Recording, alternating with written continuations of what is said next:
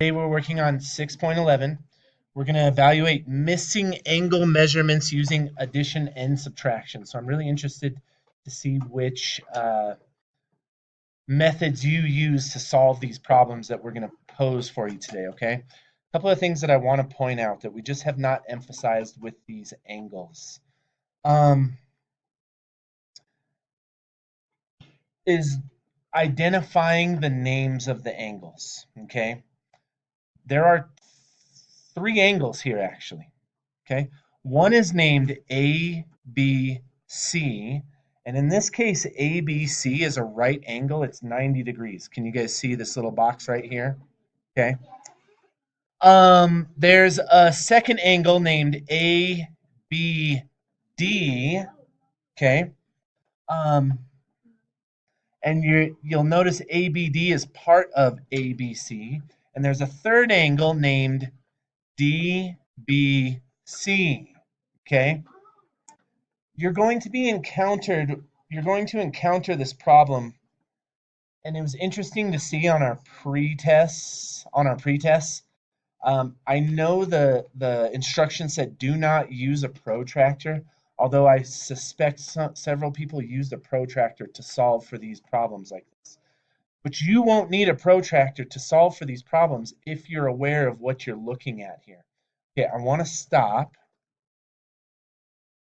Be encountered with is seeing one of these angles, okay, and it'll ask you to solve for, say, DBC, only knowing what the measure for ABC is and for ABD.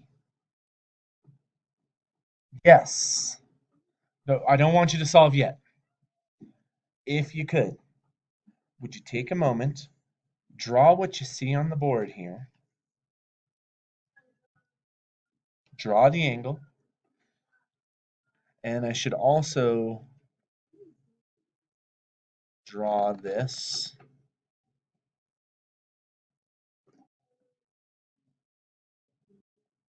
I'll draw the arc here.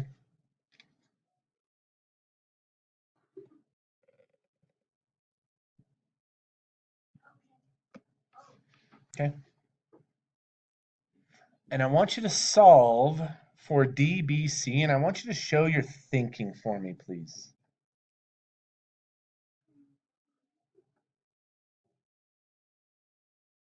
So I know that ABC is 90 degrees because it's a right angle, and ABD is 65. So I did 90 minus 65.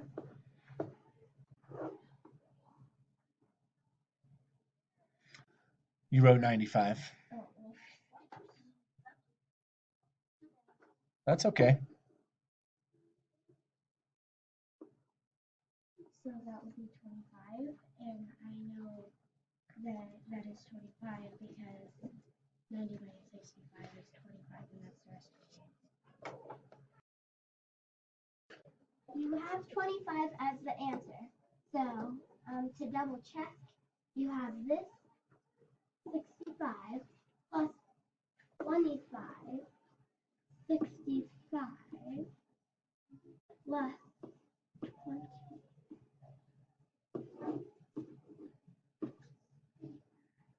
equals 90. And this is a 90-degree angle.